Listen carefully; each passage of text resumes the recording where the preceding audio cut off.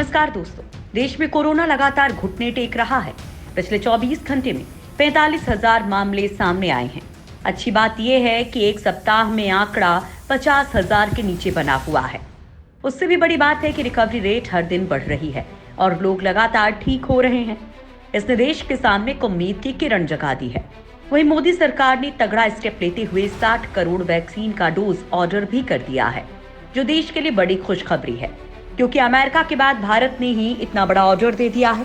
दोस्तों, वीडियो में आपको कोरोना से जुड़ी बड़ी एक ऐसी जानकारी भी देने वाले हैं जो आपके लिए बेहद जरूरी है। भारत ने खरीदी वैक्सीन की 60 करोड़ डोज। दोस्तों, भारत ने कोरोना वायरस वैक्सीन की 60 करोड़ डोज का प्री ऑर्डर कर दिया है और इसके अलावा 1 अरब डोज और पाने के लिए बातचीत चल रही है। एडवांस मार्केट कमिटमेंट्स के एक ग्लोबल एनालिसिस में ये बात सामने आई है। इस मामले में सिर्फ अमेरिका ही उससे आगे है, जिसने 81 करोड़ डोज का प्री ऑर्डर किया है। इसके अलावा वो 1.6 बिलियन डोज और हासिल करने की कोशिश में है।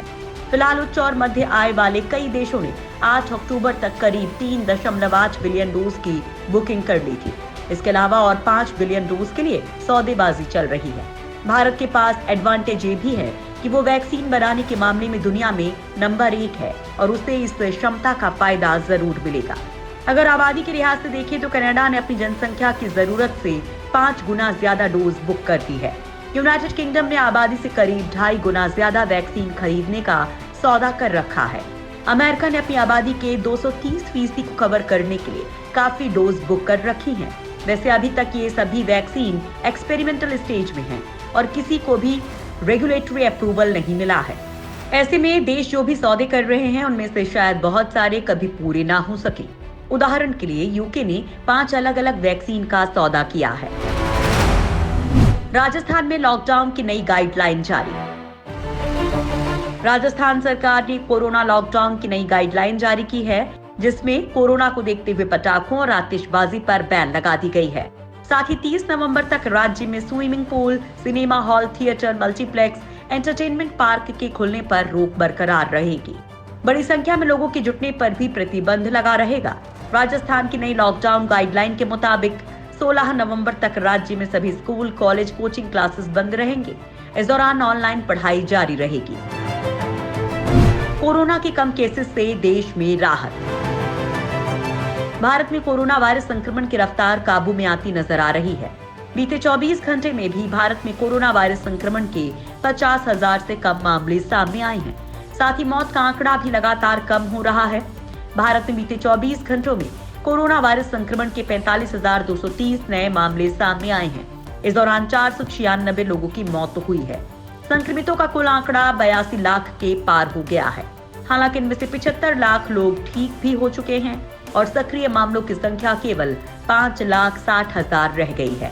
पिछले 24 घंटों में ही 54,000 लोगों ने कोरोना को मात दी है। वहीं भारत तेजी से जांच कर संक्रमितों की पहचान और उनको जल्द इलाज देने की रणनीति पर काम कर रहा है। इसका फायदा होता भी नजर आ रहा है। भारत में अब तक कोरोना के 11 करोड़ 7 लाख सैंपल टेस्ट किए जा चुके हैं। सैंपल टेस्टिंग के मामले में भारत से ऊपर सिर्फ अमेरिका है। अक्टूबर में भारत को मिली कोरोना से राहत। कोरोना महामारी से जूझ रहे भारत के लिए अक्टूबर का महीना सुकून देने वाला रहा।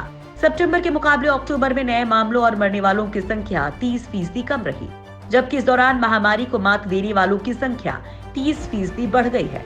सक्रिय मामलों में गिरावट बना हुआ है। पिछले 3 दिनों से सक्रिय मामले 6 लाख से नीचे बने हुए हैं। मरीजों के महामारी से उबरने की दर बढ़कर 92% हो गई है और मृत्यु दर गिरकर 1.49% रह गई है। केंद्रीय स्वास्थ्य मंत्रालय ने बताया कि अक्टूबर में करीब 19 लाख नए मामले आए, जबकि सितंबर में करीब 26 लाख नए मामले सामने आए थे। अब तक सामने आए कुल संक्रमितों की तुलना में अक्टूबर में 22.87% ही मिले हैं। क्या स्पेनिश फ्लू का रूप ले रहा है कोरोना? दोस्तों, दुनिया में कोरोना कई देशों में रिटर्न दस्तक दे चुका है, लिहाजा एक्सपर्ट्स के कान खड़े हो चुके हैं। लोग इसे स्पेनिश फ्लू से भी जोड़कर देखने लगे हैं, क्योंकि दुनिया भर में स्पेनिश फ्लू नाम की बीमारी से करीब 50 करोड़ लोग संक्रमित हुए थे और करीब 2 से 5 करोड़ लोग मारे गए थे। ये बीमारी 2 साल तक रही थी, लेकिन इसका सबसे क्रूर रूप शुरुआत के 1 साल बाद दिखा था।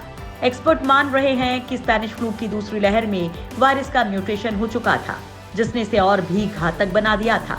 हालांकि कोरोना के मामले में ऐसा सीधे तौर पर तो नहीं कहा जा रहा है, लेकिन यूरोपीय देशों में कोरोना वायरस की दूसरी लहर कहर बरपाने के लिए आगे बढ़ चुकी है। कैलिफोर्निया यूनिवर्सिटी के रिसर्च के मुताबिक कोरोना वायरस अपेक्षाकृत ठंडे तापमान में लंबे वक्त तक जीवित रह सकता है। दुनिया भर के दूसरे विशेषज्ञ भी इसी तरह का डर जता रहे हैं। यूरोप में जो ट्रेंड दिख रहा है वो भारत जैसे देशों को भी चिंता में डाल रहा है। यहाँ केरल और दिल्ली में कोरोना के नए मामले लगातार चिंता बढ़ा रहे हैं।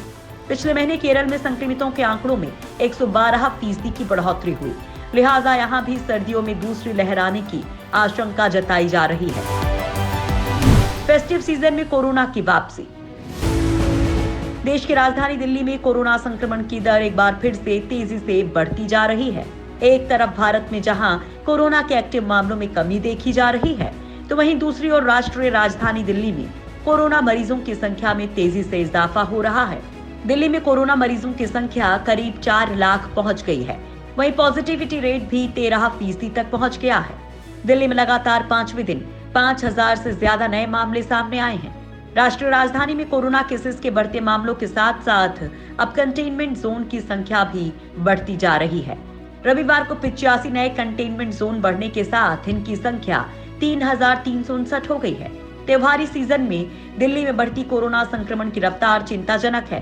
त्योहार के मौके पर कोरोना को लेकर अधिक सावधान रहने की जरूरत है।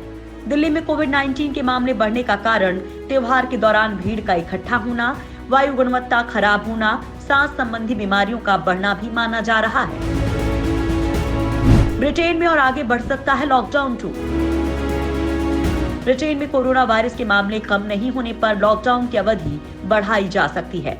ब्रिटिश कैबिनेट कार्यालय मंत्री माइकल गोवे ने कहा कि देश में अगर कोरोना वायरस के संक्रमण की दर पर्याप्त रूप से कम नहीं होती है तो 1 महीने के लॉकडाउन को आगे बढ़ाया जा सकता है। ब्रिटेन में लॉकडाउन गुरुवार से लगाया जा रहा है और ये 2 दिसंबर तक रहेगा। ब्रिटेन में पिछले 24 घंटों में 23,000 नए केस सामने आए हैं। ब्रिटेन में लॉकडाउन के नए प्रतिबंधों के तहत लोगों को घर में ही रहना होगा। हालांकि कुछ मामलों में जैसे काम, शिक्षा और व्यायाम के लिए घर से बाहर जाने की छूट दी गई है। लोगों को खाने पीने की चीजें खरीदने के लिए अपने घरों से बाहर जाने की अनुमति है। स्कूल, कॉलेज और यूनिवर्सिटी खुली रहेंगी, जबकि पब, बार और रेस्टोरेंट्स बंद रहेंगे। साथ ही लग्जरी और मनोरंजन से जुड़े सभी स्थल और गैर जरूरी दुकानें भी बंद रहेंगी। इस बीच ब्रिटेन की सरकार के वैज्ञानिक सलाहकार समूह ने चेतावनी दी है कि आने वाले दिनों में अप्रैल महीने की तरह कोरोना संक्रमण के मामले बढ़ सकते हैं। आपको बता दें कि रूस, फ्रांस, ब्रिटेन, जर्मनी और स्पेन समेत कई दूसरे यूरोपीय देशों में पिछले कुछ दिनों से कोरोना संक्रमण के मामले लगातार बढ़ रहे हैं।